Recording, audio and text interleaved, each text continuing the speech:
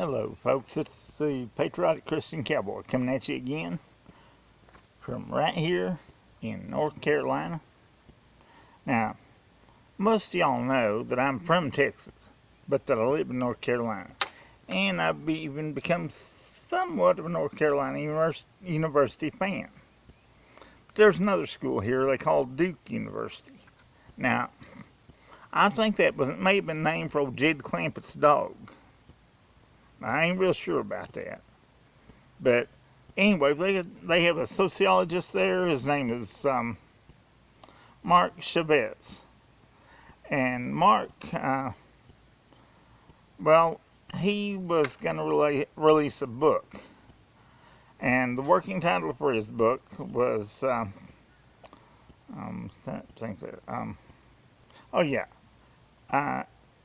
it was the working title was Continuity and Change in American Religion. But the folks at Princeton University Press marketing team suggested he could attract more attention with a bolder title. For example, they suggested The Decline of American Religion. You know, it's sad to think that the titles changed like that, reflecting poorly on the church, and they thought would be a good thing. Well, Chavez was director of the National Congregation Studies, and he took another look at the research showing indicators of traditional belief and practices were either stable or falling in a nation that is a symbol of staying power of religion in the West. Well, Chavez shared his perspective in a paper called The Decline of American Religion for an Association of Religion Data Archives. His work is a significant addition to the discussion of the future of the faith in the United States. Well, now the argument that religion is declining has gained more attention in recent years, with major surveys pointing to the existence of a substantial group of people who choose to turn away from organized religion. To me, that seems sad.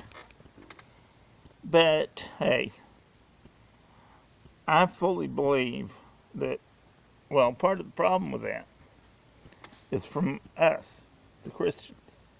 You see, we're not presenting a gospel that we need to be presenting. Most of the big churches, the mega churches I'm talking about here, not the small churches, but like that Joel Osteen and people like that, they build these humongous facilities costing millions and millions of dollars. Jesus never did build a church. No, sir. Matter of fact, what money he had, he gave to help the poor and underprivileged. Now,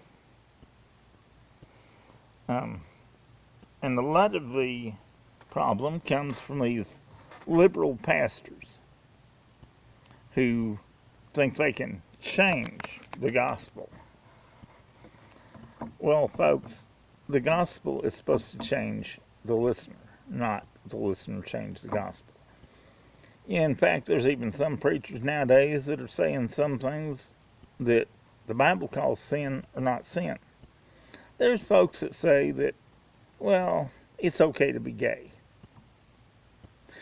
And, it's okay to be gay if you want to go to hell. And there's other people saying, it's okay to take an occasional drink. It's okay to go out and get drunk on the 4th of July or on Christmas or whatever, special holiday. Well, the Bible says, be not drunk on wine wherein is excess, but rather be filled with the Spirit.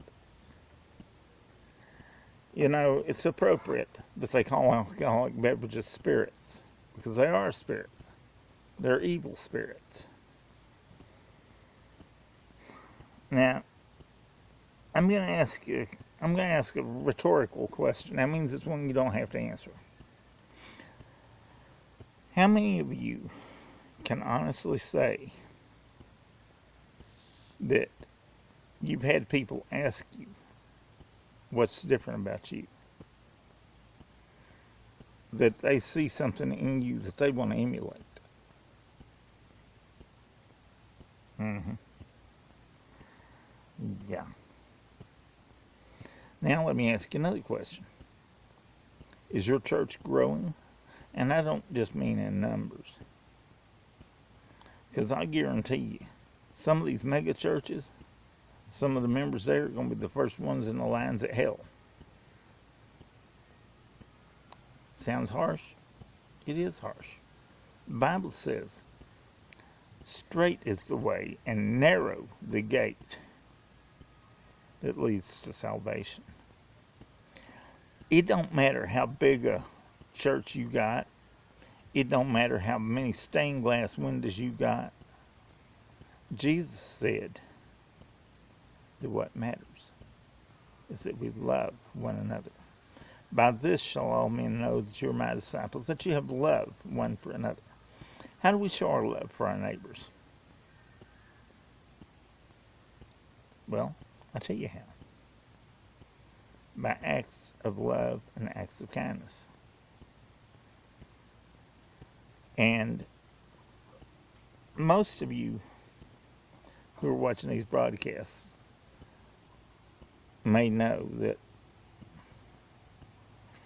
a little while back I had a stroke. But God was merciful. I've almost made a complete recovery. And by the grace of God, I'm going to keep getting better every day. And if I don't get better every day, that's okay, because God's still in control and I'm still going to love and serve Him. I'll admit it slowed me up a lot.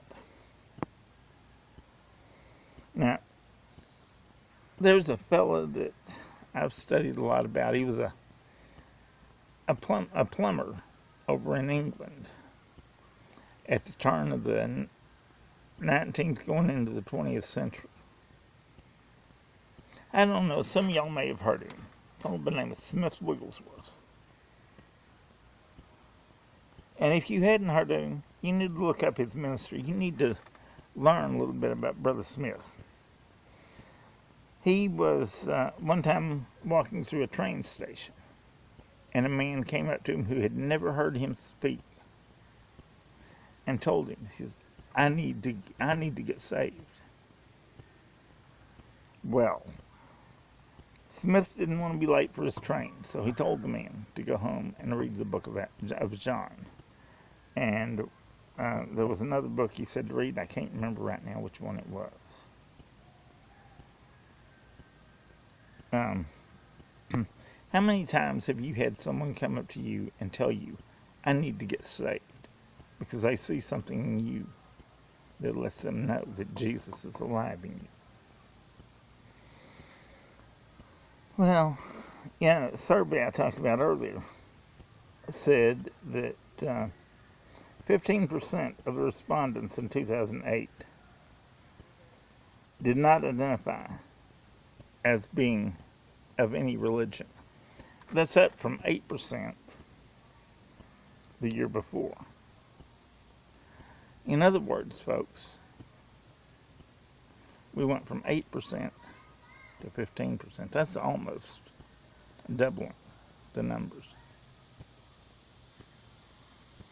Now, a lot of that falls on the parents who aren't teaching their kids. A lot of you parents are letting your kids get raised by the state. Well, the state is not going to teach them about Jesus. No, sir. Matter of fact, teaching about Jesus is the farthest thing from the mind of the state. If anything, they're going to be teaching about Allah.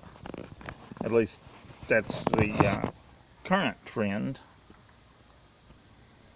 Now, the single most important trend in American religion from the 1900s to the present has been the steady and spectacular decline in the percentage of religiously unaffiliated people in the United States.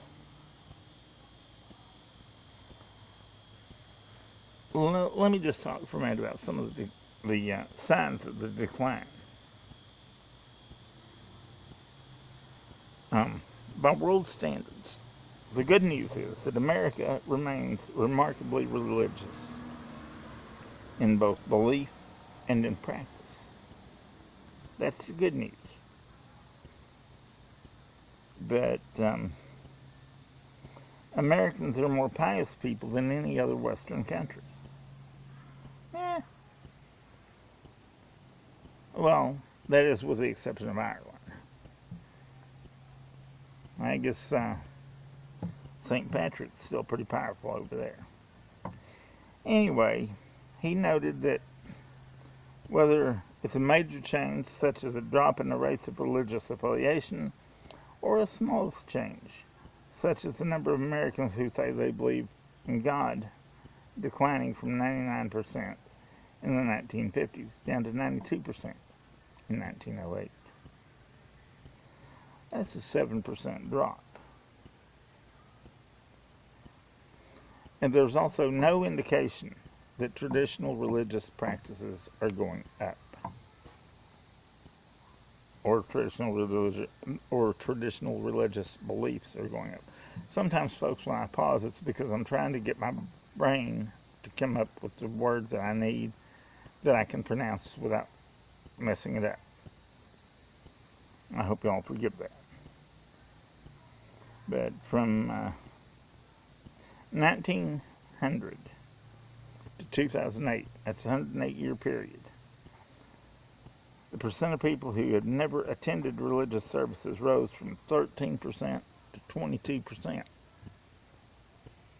What that means, folks, is that you got people right now who've never even been to a church service, which is okay, because I guess in a way you got some churches right now that have never really had a church service. That pause was for emphasis. You see, church is not a theatrical production. Church is not a pat me on the back, make me feel good production. Church is where you go to learn how to live the Christian life. And yes, church should be talking about hell. And making it so plain that folks won't want to go there. Now, in the 1960s, about 1% of college freshmen considered becoming clergymen. Now, it's dropped to the point that 0.3% have considered the clergy. The percentage of people saying they have a great deal of confidence in the leaders of religion or of religious institutions has declined from around 35% in the 1970s down to 25% today. Well, now, I can't imagine why they would say that. I mean, after all, you've got people like Joel Osteen, Jim Baker, Jimmy Swaggart, and a host of others who have, well, let's just say not, can we say not been good representatives of the Lord Jesus Christ? Now, don't get me wrong, folks. We're all sinners. We all fall short.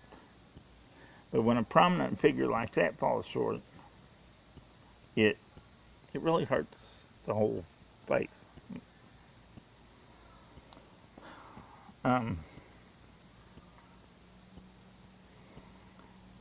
Every indicator of traditional religiosity is either stable or declining. That's why I think it's reasonable to conclude that American religion is in a decline.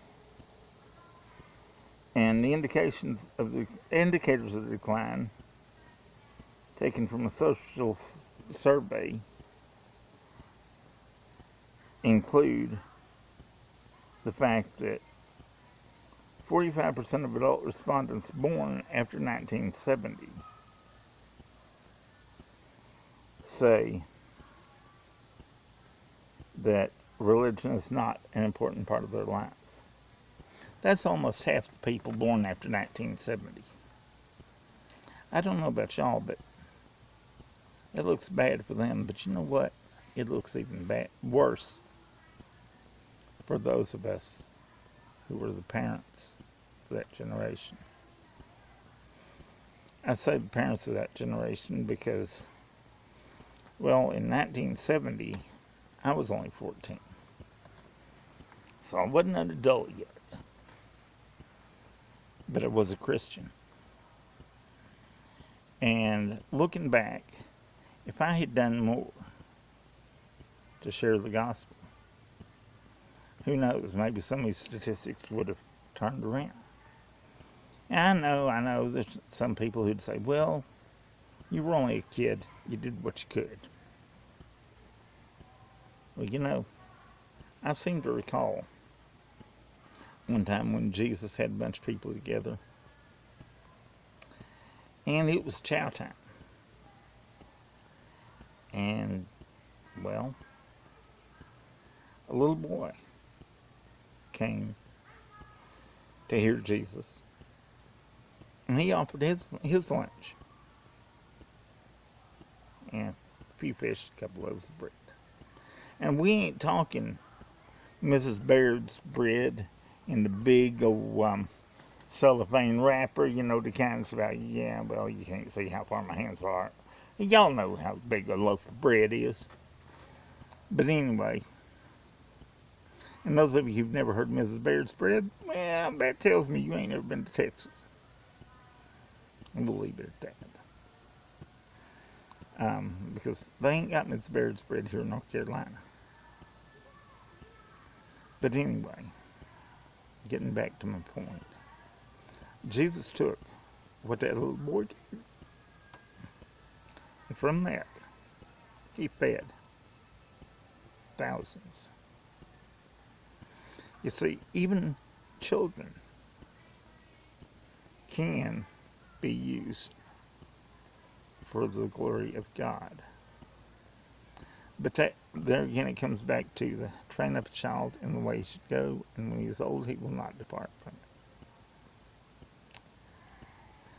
Folks, if you got children or grandchildren, it's up to you to see that they get the truth of the gospel. Because I guarantee you, the school ain't going to do it. And sadly, even some of the churches ain't going to do it. I mean, they got churches nowadays that call themselves churches, but they sure ain't following the Bible. So I want to ask y'all to think about this real carefully. And if you think I'm right, and you want to hear more messages, I've got enough messages stored up to get me through probably about September at 3 messages a week. I do apologize for last Friday. Friday and Saturday it was raining real hard. And I like to do my messages outdoors because I like the trees and stuff. And I even like the sound of the crickets and the birds and stuff like that. So I come out here to do that. What I don't like is when I hear the sound of motor vehicles and stuff. But as long as y'all can hear me over them, I guess we're okay. Now,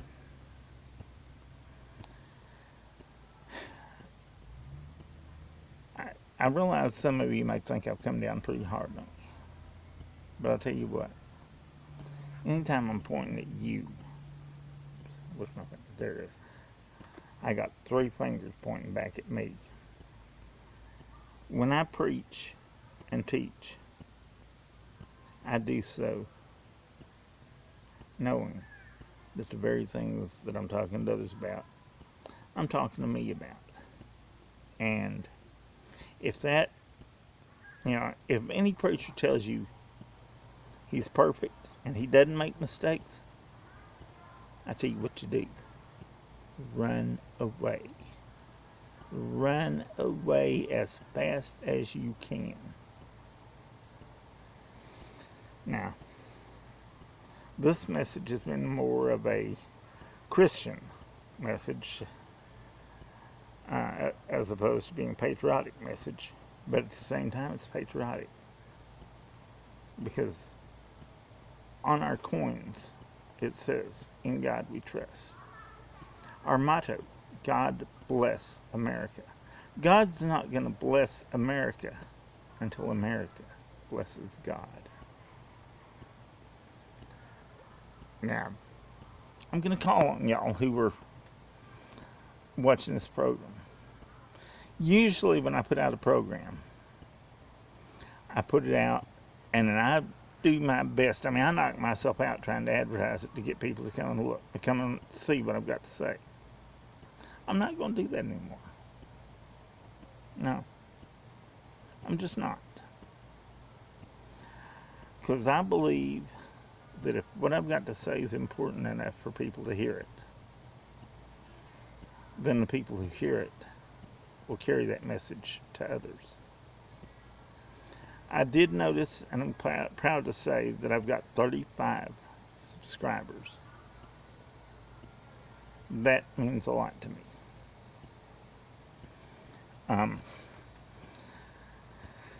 If those of you who are on MeWe, if you'll go to the MeWe page, PC Cowboy, you'll find that I posted a notice there about a GoFundMe account. I'm trying to get a special carrier so that I can carry my power wheelchair on the car, so that I can go more places and share the gospel. Right now, I have a pushchair that I use, but after my stroke, well, let's just say it's getting a little hard to deal with just a pushchair. I've got a power chair, but I can't carry it with me when I go anywhere. And I'd like to ask that if these messages mean anything to y'all, I'd appreciate if you could do what you could towards helping get the message out. Now, I'll probably go ahead and, if I can figure out how, I'm not real good at this YouTube thing. Some of y'all have already figured that out. But what I'm going to do is I'm going to try to figure out a way in the notes to put the YouTube page. I mean, not the YouTube, excuse me, the GoFundMe page. Come to think of it, one of my very dear sisters in the Lord, Linda McDermott, she always catches my views or my posts as soon as they come up. I'm going to ask her if she would in the comments to post the GoFundMe account. My goal is $500, and the last I checked I had $80. But, like I said, I'm going to keep doing these broadcasts. I'd like to be able to get out and do a little more in-person, face-to-face meeting with people and praying for people in person.